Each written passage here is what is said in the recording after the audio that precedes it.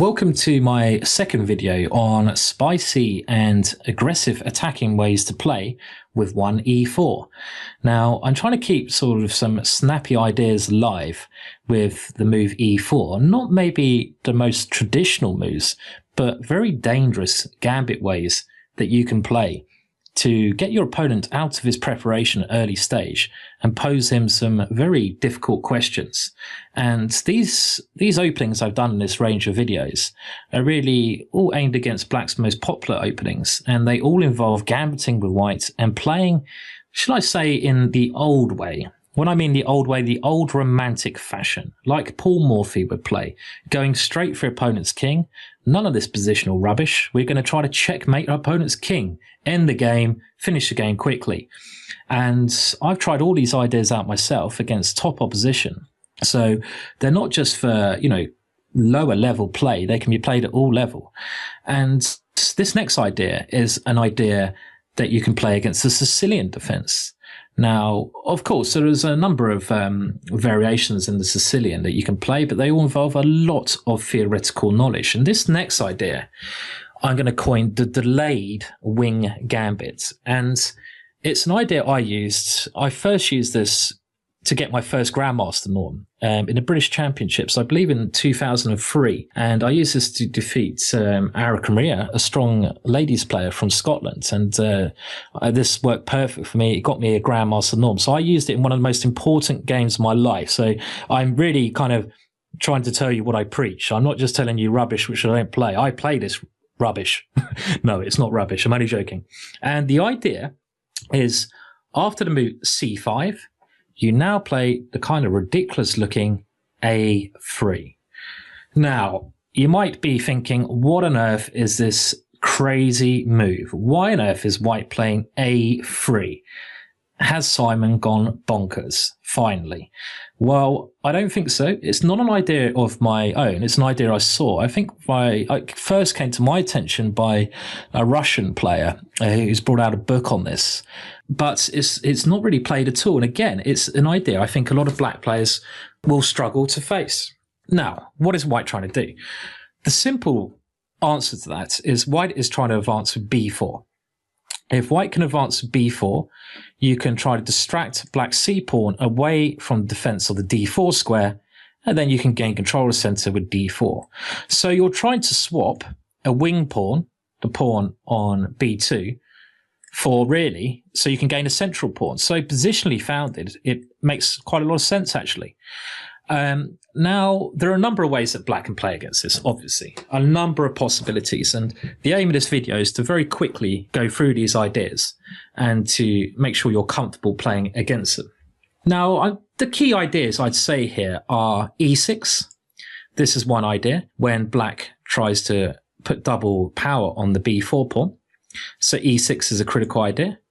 Knight to c6, I'd say, is the next critical idea. Because again, this tries to put double power on the b4 pawn.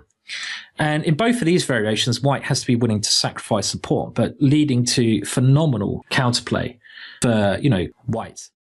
White has to also be ready for moves if Black tries some other stuff, like maybe knight to f6 and g6.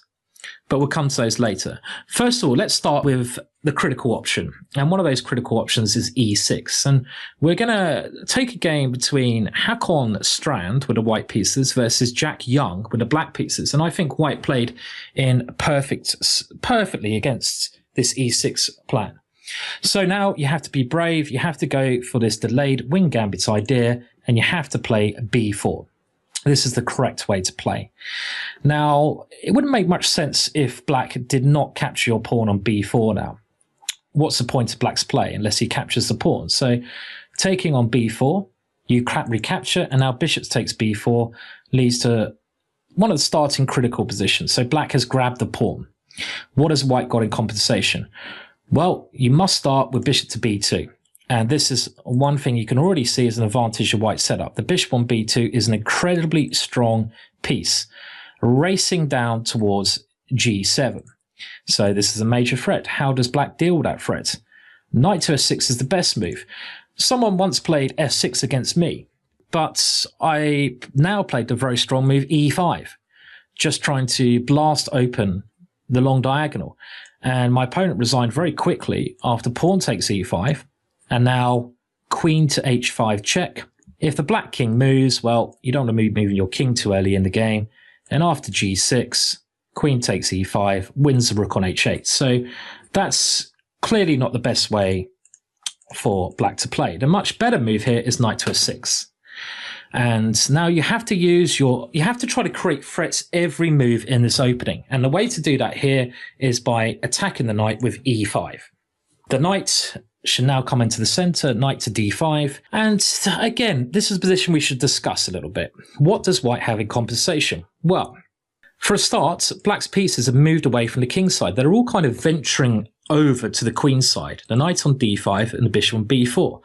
And this means white often has strong ideas of queen g4. So this is a key point in this particular variation. When black goes e6 and takes on b4 with the bishop, remember to bring your queen to g4 in a number of variations, trying to attack this square on g7.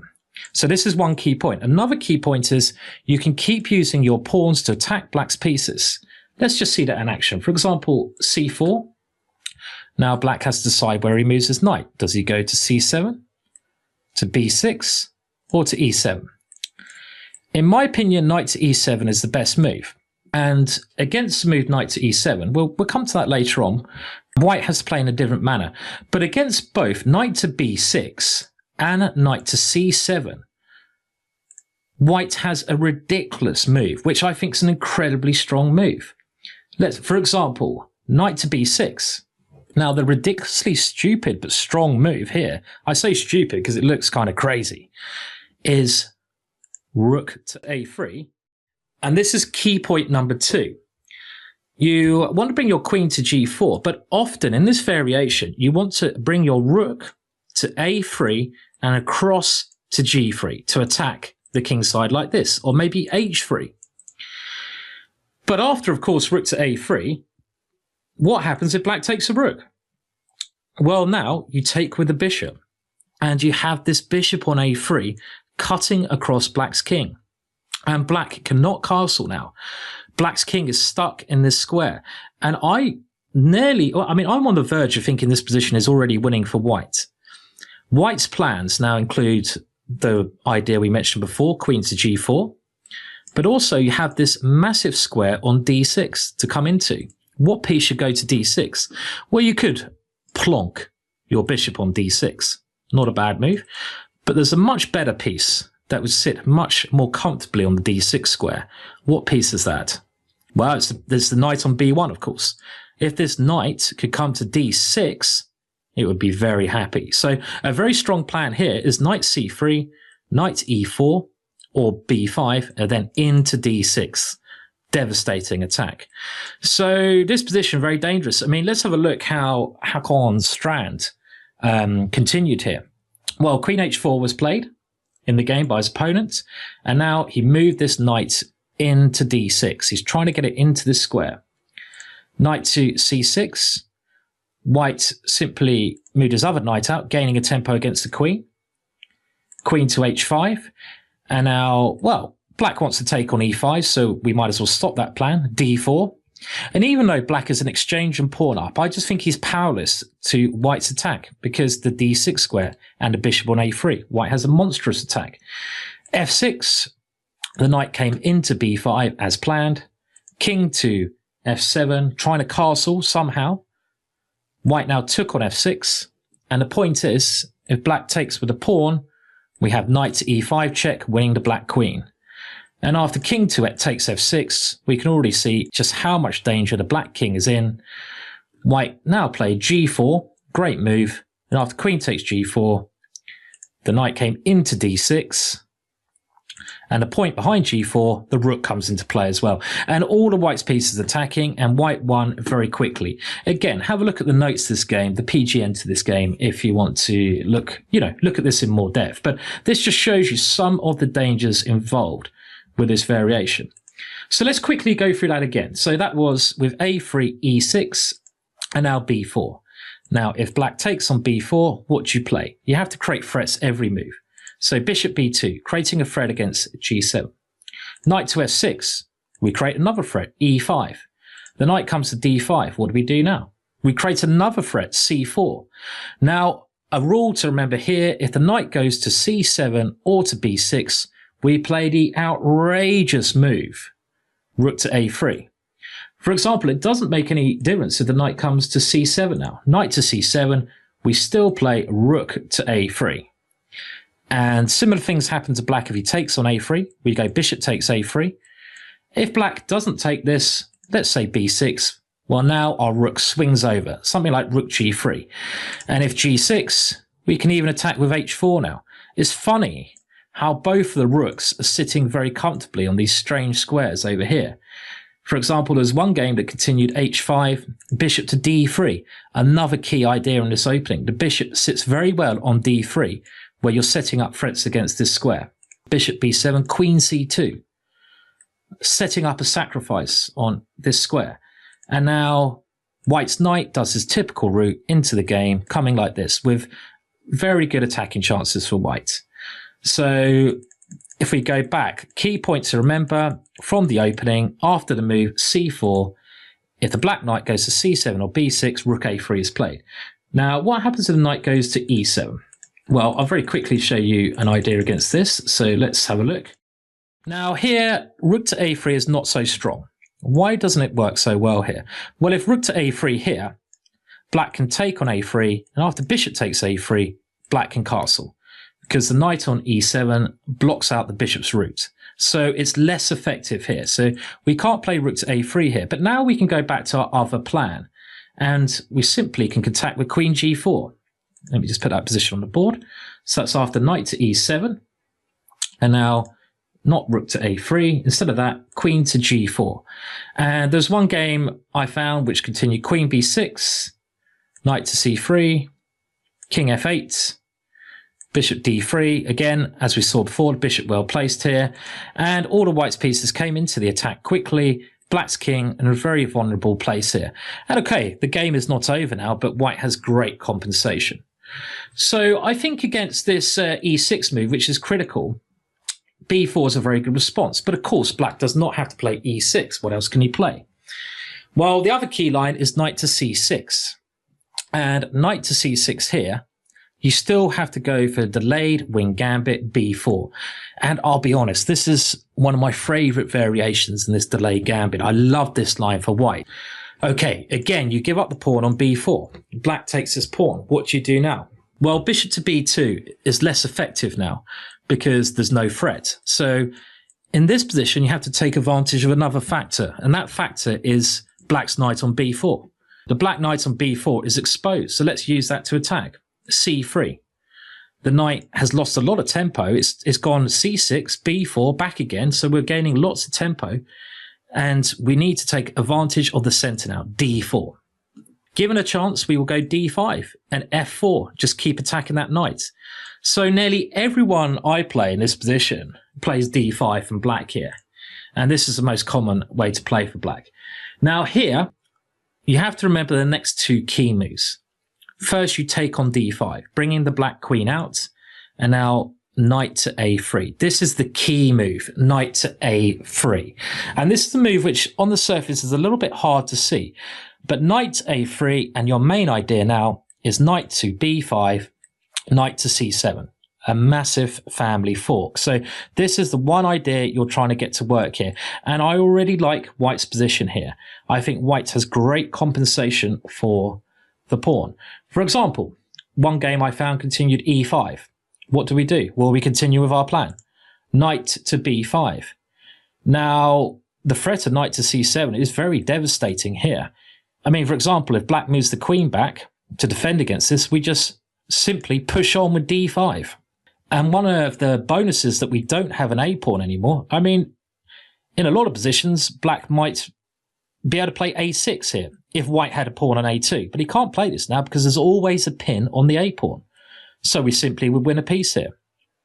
So after d5, black's in serious trouble here. Black's already lost. If knight e7, we go d6, winning. So you can't move the queen back. And how else do you defend against this threat? Well, bishop d6 is another option. Now, there's a lovely move here. When you gambit, and in these lines, all these lines, I'm trying to get you to play as aggressively as possible. So what move can you play here to develop a piece and bring another piece into the attack? What move is it? Can anyone see the move? Bishop to c4. A lovely little tactic. Point is, if queen takes c4, knight takes d6 is a lovely fork. So what does black do? Well, he has to go queen e4 check. And now white just continues developing. Knight to e2. The bishop is in trouble, has to go back to b8, simply castling. And after a move like knight to f6, black wants to castle. This is very similar to the last variation we looked at with e6. How do you stop black from castling? Bishop to a3 with a great attacking position. All of white's pieces attacking. Your knight is ready to come to g3, rook to e1. Very good play for the gambited pawn. So I think you should be very comfortable with that line, indeed. So let's just have a look at that one more time. If we go all the way back from the start. So that's e4, c5, a3, and now knight to c6. What do we play? We play b4, giving up the pawn. We always go b4. And after knight takes, we gain the center, c3 and d4. Black normally goes d5. What's the key point here? You have to take and you have to go knight to a3. Now, black doesn't have to play e5, of course. Another game I found was with knight to f6. But even here, you continue with your plan, knight to b5, threatening knight to c7. And if queen to d8, two strong moves here. I quite like bishop to f4. That'd be a great move here. I've had a number of games online which have gone bishop to f4, threatening this move. And after knight to d5, I've gone bishop to g3. Now I've had a number of games which have gone a6, but here I've simply gone c4, and my opponent has forgotten about this pin, and already black is lost.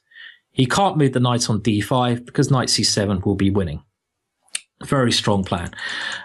So another idea, I mean, after queen d8, if the queen ever moves away from d5, a rule to remember is you can always push on with d5. So if the queen ever moves back, push on with d5. And this is tactically possible because if knight takes d5, we win a piece with queen takes d5 and knight c7 check. So that's why the tactical justification of that. So again, I think white's got great compensation in all these variations. This is after a3. We've looked at the critical moves, knight c6 and e6. What else can black play? Well, black can also play the move, maybe knight to f6 here. I mean, knight to f6 is one way black can play to try to take advantage of this funny move a3. What do you do against this? Well, here you should continue with e5. Attacking the knight, and after knight d5, d4. And this leads to you gaining a space advantage. After pawn takes d4, queen takes d4, the black knight is on pre, black has to defend this. And again, in this variation, another key point, if the black knight comes to d5, we should kick that knight away with the move c4, nearly always. And now black should gain a tempo by attacking the queen. Now the queen in this line should come to e4, then back to e2. For example, queen to e4, and now black's best move is probably f5, queen to e2. The black knight now has to retreat somewhere like knight to c7, and now knight to f3. And I think white is better here. White has a space advantage. White is ready to go b4, bishop b2, and black is very cramped. So again, I like this variation for white. Now, against the move g6, this is the only other move I'm going to have a quick look at. G6, what should we do here? I mean, this is very logical, and this is a good way for black to decline any of the gambit play. I am now going to I'm going to suggest a crazy move, h4. There are a number of ways you can play this. If you don't like the h4 move, you could just go b4, bishop to g7, knight to c3, and play in this manner. I mean, if black doesn't ever want to win the pawn on b4, you can just simply play b4 and just play like you're playing with a queenside initiative. So that is one way to play. I mean, I always go h4 here because when my opponent goes g6, I love attacking with my h-pawn. For example, bishop g7, I just push my h-pawn and try to take advantage of his bishop being here. Something like knight c6, knight c3, and we just play normally now with our pawn on h5, which is a real fawn for our opponents. Just develop our pieces, and when, if the black knight ever develops, let's say to g7, we always go h6, asking a question to the bishop. So you do get a lot more sort of quiet positions after the move g6, but you can either now continue with h4 or with the standard b4 move after g6. So it's up to you. There are more quiet positions. What else can black play? Well, if d5, I would play this now like a Scandinavian without the moves a3 and c5 being played. So I'd simply take on d5. And when my opponent takes on d5, I just play knight to c3.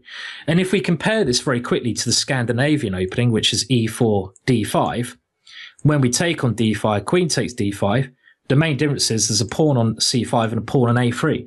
And I think this actually helps in the line we're looking at. I think it's better for white to have a pawn on a3, and black, I think it's bad for black to have a pawn on c5, because in the Scandinavian, after knight c3, one of black's main moves is queen to a5. And of course, in our variation, after a3, d5, black can't play this after knight c3 because there's a c pawn in the way. And we also now have possibilities. Let's say the queen goes somewhere crazy, like f5. Well, we have possibilities of going knight b5 again, all with aggressive play. But again, I think I'm going to stop there. They're the key ideas for this delayed wing gambit, a very dangerous idea you can play against the Sicilian with a3. And the main idea is go b4, offer the sacrifice of the pawn, play with the initiative, either gain the center. So you normally gain the center after knight c6. This is when you go for the central gain with c3 and d4. Or if your opponent accepts the pawn in a different way, let's say your opponent goes e6, now you go for quick play with bishop to b2. And don't forget this crazy rook move if you get a chance, rook to a3, a beautiful idea. Anyway, that really sums up this opening. Obviously, there's a lot more to it, but I think that's going to give you a good basis and good attacking chances. Hope you enjoyed that video. Give it a go. Give me your feedback. I don't always get a chance to respond to all the messages I get, so I apologise in advance for that because I'm quite busy filming, etc. But I do try to look at your messages. So good luck if you're brave enough, should I say, to try the opening out. And please stay tuned for the last video in this mini series, and that is a way to play against the French defence.